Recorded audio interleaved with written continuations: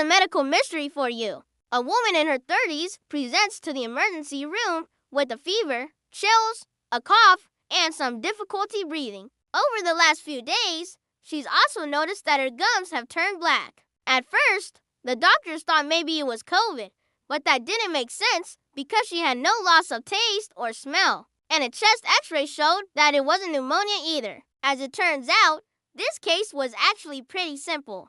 The most common cause of sepsis is a bacterial infection, and that's exactly what this patient had. The telltale sign was the black gums, which indicated a severe lack of oxygen.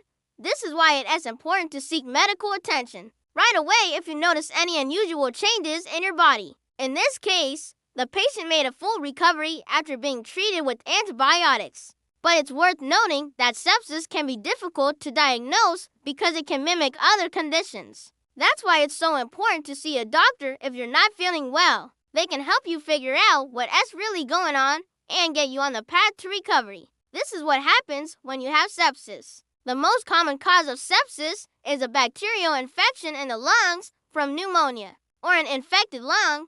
Other causes include a urinary tract infection, kidney stones, an infected tooth, or gum disease. Symptoms include a high fever, chills, low blood pressure, rapid heartbeat, difficulty breathing, and as it progresses, organ failure. If you suspect you have sepsis, go to the emergency room immediately. The sooner you get treated, the better your outcome will be. Treatment includes antibiotics and fluids to replace the ones you lose from vomiting and diarrhea. In severe cases, you may need dialysis, and your blood pressure may need to be carefully monitored. In addition to these treatments, your doctors will perform some tests. They will take a blood culture to identify the bacteria causing the infection, and a urine analysis to check for bacteria. In your urine, you will need to stay in the hospital until the blood culture results come back so they can adjust your antibiotics as needed. Take this seriously. Sepsis is a life-threatening condition